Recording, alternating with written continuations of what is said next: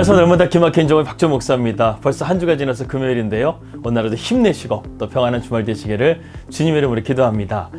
축구를 좋아하시나요? 월드컵 때 우리나라 선수들이 뛰는 것을 보게 되면 괜히 애국심도 생기고 손에 땀을 쥐게 하는 그런 것들을 보게 됩니다. 그런데 제가 어느 날 축구화 하나를 사려고 갔는데 매장 직원분이 이런 얘기를 해주었습니다. 일반 매장에서 파는 축구화와 선수들이 뛰는 축구화는 이 차이가 다르다는 것이죠. 왜 다르냐고 물어봤더니 선수들의 축구화는 선수들의 최고의 기량을 낼 수 있도록 맞춤형으로 제작이 된다는 것입니다. 이것은 마라톤 선수도 마찬가지라고 합니다. 42.195km를 뛰기 위해서는 세계에서 단 하나밖에 없는 운동화를 제작해서 세계 최고의 기량을 가진 선수들과 싸워 승리하는 것이죠. 그렇다고 한다면 우리 그리스도인들이 믿음의 길을 걸어가는데 최고의 신발은 무엇일까요? 바울은 그것이 오늘 평화의 복음의 신발이라고 말하고 있습니다. 그 신을 신고 영적인 전쟁터로 나가는 것이죠. 오늘은 평화의 복음의 신에 대해서 함께 살펴보도록 하겠습니다. 먼저 오늘의 말씀 함께 보도록 하겠습니다.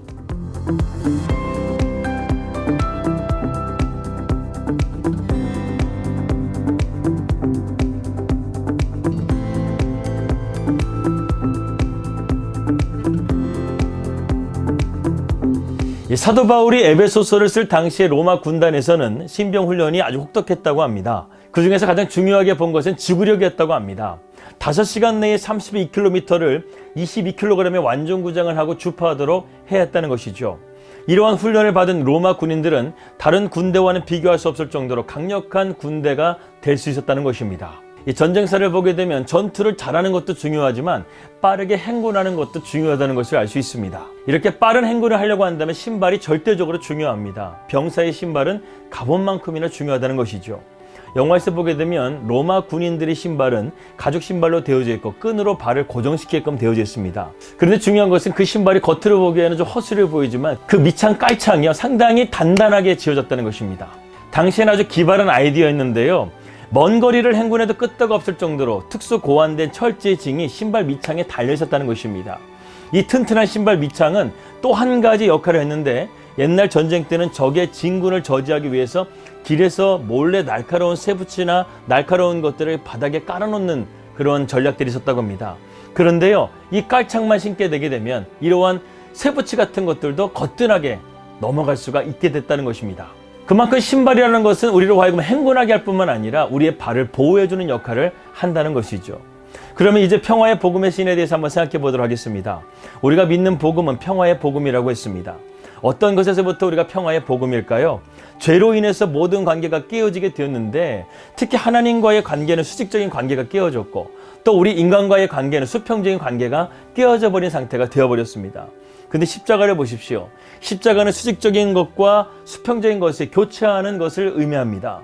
따라서 예수님을 통해서 우리가 깨어진 관계가 하나님과의 관계 그리고 인간과의 관계가 다시금 회복되었다는 것을 의미한다는 것이죠. 그래서 우리가 믿는 복음은 바로 이 십자가를 통해서 진정한 화해와 평화가 이루어졌다는 것을 의미한다는 것입니다.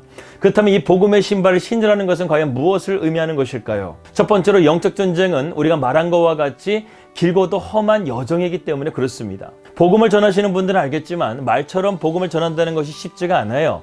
거기에는 노력과 시간과 인내가 필요합니다. 절대로 단기간에 되는 것이 아니라는 것이죠. 그래서 꾹 참고 긴 행군을 한다고 생각하고 믿음의 길을 걸어가야 된다는 것이죠. 두 번째로 영적 전쟁은 신속하게 움직여야 하기 때문입니다. 앞에서 제가 말씀드렸다시피 전쟁의 승패는요 얼마나 신속하게 빨리 움직이는가에 따라서 달려있다는 것입니다. 우리의 대적은 원수막이 사탄이죠. 영적인 고지를 빼앗기게 되면 안 된다는 것입니다. 게으르거나 느리게 움직이게 되면 적들은 우리보다 먼저 도착해서 그곳을 점령해버리면 우리는 영적인 전쟁에서 승리할 수가 없게 된다는 것이죠. 바울은 우리에게 때를 얻든지 못 얻든지 복음을 전파하라고 말하고 있습니다. 우리는 복음의 신을 신고 신속하게 움직여서 마귀에게 영적인 승리를 빼앗겨서는 안 된다는 것이죠. 세 번째로 평화의 신발은 우리를 위험에서 보호해주는 역할을 합니다. 우리의 원수 마귀는요 우리가 세상을 살아가면서 다치고 상하도록 수많은 못을 깔아놓고 지뢰를 묻고 함정을 파놓습니다. 밟기만 하게 되면 크게 상처를 받고 다치도록 심지어는 죽도록 만들어 놓는다는 것이죠. 오늘도 수많은 그리스도인들이 바로 이런 함정에 빠집니다. 돈의 함정에 빠지게 되고 정욕의 못에 찔리게 되고 권력에는 욕심이라는 쥐레를 밟아서 그만 낙심하게 된다는 것이죠. 우리가 매스컴에서 가끔 목회자들이 큰 죄를 저지르는 것을 보게 되죠. 그러면은요 방송을 본 수많은 성도들은 낙심하고 절망할 때가 있습니다. 마귀는 바로 이 점을 노리고 지도자들을 유혹한다는 것이죠.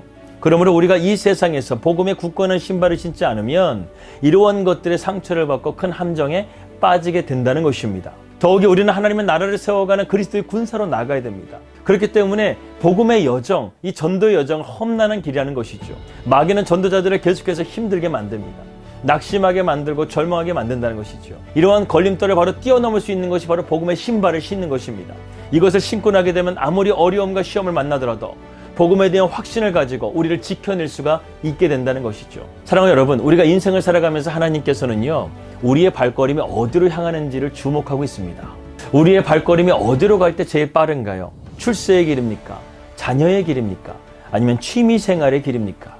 이러한 발걸음은 우리의 영혼에 아무런 유익이 되지 못합니다. 안전하지도 못합니다.